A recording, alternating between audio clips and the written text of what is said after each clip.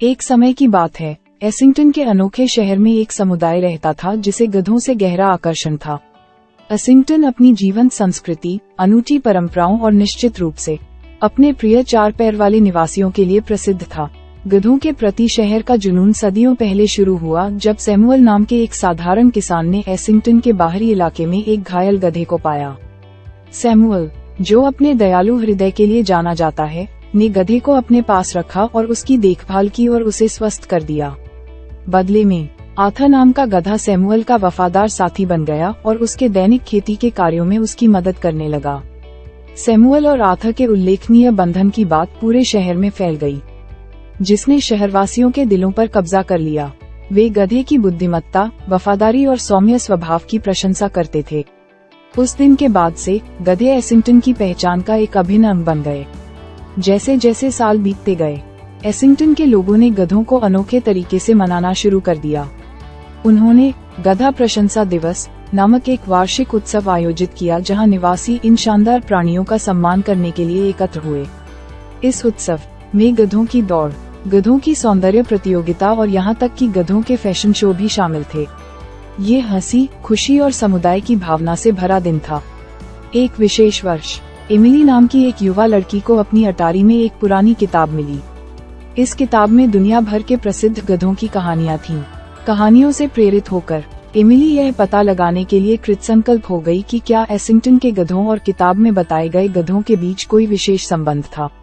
Emily सच्चाई को उजागर करने की खोज में निकल पड़ी। उन्होंने पुस्तकालयों का दौरा किया, बुजुर्ग निवासियों का साक्षात्कार लिया और शहर के अभिलेखागारोों को खंगाला। उसकी जिज्ञासा उसे टाउन हॉल के नीचे एक छिपे हुए कक्ष में ले गई, जहां उसने एसिंगटन के गधों की विरासत की रक्षा और संरक्षण के लिए समर्पित एक गुप्त समाज की खोज की। गुप्त समाज के सदस्यों, जिन्हें गधा संरक्षक के नाम से जाना जाता है, ने खुलासा किया कि एसिंगटन के गधों के पास जादुई शक्तियां थीं।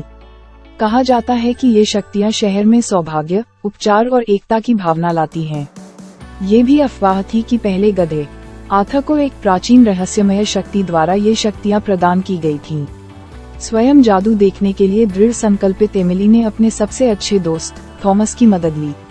साथ में वे एसिंगटन के रहस्यमय गधों के पीछे की सच्चाई को उजागर करने के लिए एक भव्य साहसिक कार्य पर निकल पड़े। उनकी यात्रा उन्हें हरे भरे खेतों, छिपी हुई गुफाओं और प्राचीन खंडहरों से होकर ले गई। रास्ते में उन्हें बुद्धिमान बूढ़े किसानों का सामना करना पड़ा, जिन्होंने गधों के साथ चमत्कारी मुठभेड़ों की अपनी कहानियां साझा की। उनकी मुलाकात जंगली जंगलों में रहने वाले शरारती जीवों से भी हुई, जिन्होंने उन्हें खतरनाक रास्तों और जादुई जंगलों से गुजारा। अंततः कई परीक्षणों और कष्टों के बाद एमिली और थॉमस एसिंगटन के केंद्र में पवित्र गधा अभयारण्य पहुंचे। ये शांति और आश्चर्य की भावना से भरी एक शांत जगह थी। गधे युवा साहसी लोगों के आगमन को भांपते हुए उत्सुक आंखों से उनके चारों ओर इकट्ठा हो गए। जैसे ही एमिली और थॉमस गधों के बीच में खड़े थे, पवित्र स्थान में एक हल्की हवा चली।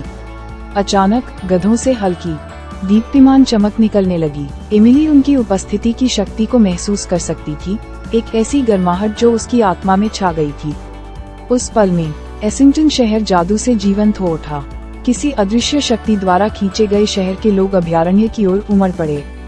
उन्होंने गधों की परिवर्तनकारी शक्ति को देखा, इन शानदार प्राणियों के साथ गहरा संबंध महसूस किया।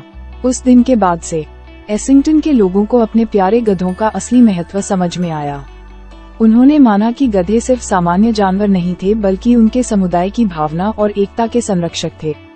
जैसे जैसे शहर ने अपनी जादुई विरासत को अपनाया, एसिंगटन फलता फूलता गया। गधों की मनमोहक उपस्थिति देखने के लिए दूर दूर से पर्यटक आते थे। एसिंगटन सभी जीवित प्राणियों के प्रति सद्भाव, करुणा और सम्मान का प्रतीक बन गया। एमिली और थॉमस अपने असाधारण साहसिक कार्य से हमेशा के लिए बदल गए, शहर के राजदूत बन गए। उन्होंने एसिंगटन के गधों की कहानी साझा करने, प्रेम का संदेश फैलाने और दूसरों को दुनिया में मौजूद जादू की सराहना करने के लिए प्रोत्साहित करने के लिए अपना जीवन समर्पित कर दिया।